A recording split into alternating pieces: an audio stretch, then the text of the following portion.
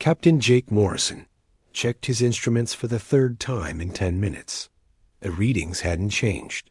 His ship's engine was completely fried, leaving him stranded on the harsh desert planet of Kalos Prime. The emergency beacon was transmitting, but rescue could take weeks in this remote sector. A soft sound behind him made Jake spin around. Standing in the shade of a rocky outcrop was the most beautiful creature he had ever seen. She stood nearly 7 feet tall, with luminescent blue skin that seemed to shimmer in the desert heat. Her large, violet eyes regarded him with obvious curiosity, and her graceful movements reminded him of a dancer. "Are you hurt, small one?" she asked in perfect standard, her voice like melodic chimes. Jake blinked in surprise. "You speak my language? I am Lyra of the Velani people. We have studied your kind for many cycles." She approached slowly, her head tilted with concern. "Your metal bird fell from the sky with great noise." "My ship, yes. The engine overloaded." Jake gestured helplessly at the smoking wreckage behind him. "I'm Jake, by the way. Human." Lyra nodded gracefully. "I know of humans. You are far from your territory, Jake Human." As they talked, Jake noticed something odd about Lyra's behavior.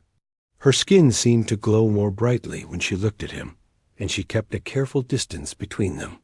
When the twin suns began to set, painting the desert in brilliant oranges and purples, she became visibly agitated. "You must come with me," she said urgently. "The night hunters will emerge soon. My dwelling is safe." Jake followed her across the desert landscape to a beautiful crystalline structure built into a cliff face. Inside, the walls glowed with soft, bioluminescent patterns, providing gentle light and comfortable warmth. "This is amazing," Jake breathed, looking around in wonder. Lyra's skin pulsed brighter. "I must tell you something important, Jake Human. I am in what your people might call ... a mating cycle. It is why I live alone in the desert during this time." Jake felt his face grow warm. "Oh, I see. Should I find somewhere else to stay?" "No," Lyra said quickly, then looked embarrassed. "I mean, it would not be safe. The desert is dangerous at night. But you should know that your presence affects me strongly." Over the following days, Jake learned more about Lyra and her people. The Velani were an ancient race, highly advanced, but choosing to live in harmony with nature. They possessed incredible strength and speed, could survive in harsh environments that would kill most species, and had lifespans measured in millennia. "Your people sound incredible," Jake said as they shared a meal of desert fruits and protein-rich plants. "Why do you isolate during your mating cycles?" Lyra's skin dimmed slightly. "We become ... intense. Our emotions run very deep, and we can be overwhelming to others. It is safer this way." Jake nodded thoughtfully.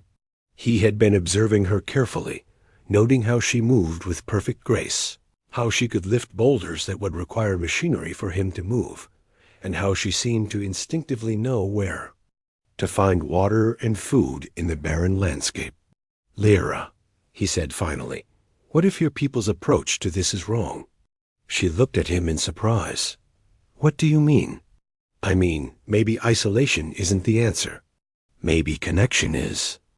As if summoned by his words, a harsh howling echoed across the desert. Lyra leaped to her feet, her skin blazing with alarm. "Night hunters," she whispered. "A whole pack. They have never come so close to my dwelling before."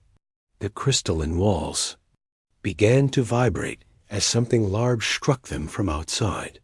Through the transparent sections, Jake could see massive, wolf-like creatures with glowing red eyes and razor-sharp claws. "The walls won't hold," Lyra said, her voice tight with fear. "There are too many of them." Jake looked at her determined expression and made a decision. "Then we don't hide, we fight." "Jake Human, you do not understand. These creatures are apex predators. Even I cannot face so many alone. Good thing you're not alone." Jake moved to stand beside her. Humans have a saying, "We're stronger together." Lyra stared at him, her violet eyes wide. "You would fight beside me? Even knowing you might die?"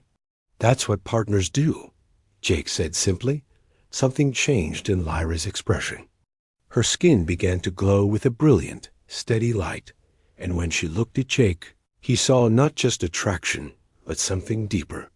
Respect, trust, connection. The walls finally gave way, and the night hunters poured in. But they faced not a lone Villani in isolation, but a team. Jake's human ingenuity and tactical thinking, combined with Lyra's incredible physical abilities, proved devastating. Where she provided raw power, he provided strategy. Where he needed protection, she was there instantly. Fighting back to back, they drove off the pack, their coordination so perfect it seemed choreographed. As dawn broke, they stood among the Youth, scattered remains of the crystalline dwelling, breathing hard but victorious. "I have never experienced anything like that," Lyra said softly. "Fighting alongside another, being part of something greater than myself." Jake smiled, wiping dust from his face. "It's what humans do best. We're not the strongest or fastest species in the galaxy, but we excel at bringing out the best in others." Lyra's skin pulsed with warm light. "Perhaps that is why the universe brought you to me, Jake Human. Not by accident, but by design." In the distance, the sound of approaching ships could be heard. Rescue had arrived. But as Jake looked at Lyra, he realized he had found something more valuable than salvation. He had found partnership. "So," he said with a grin, "want to see the galaxy?" Lyra's answering smile was radiant. "With you, Jake Human, I believe I would like that very much." The desert wind carried their laughter across the dunes, as two very different beings discovered that sometimes the best connections happen in the most unexpected places.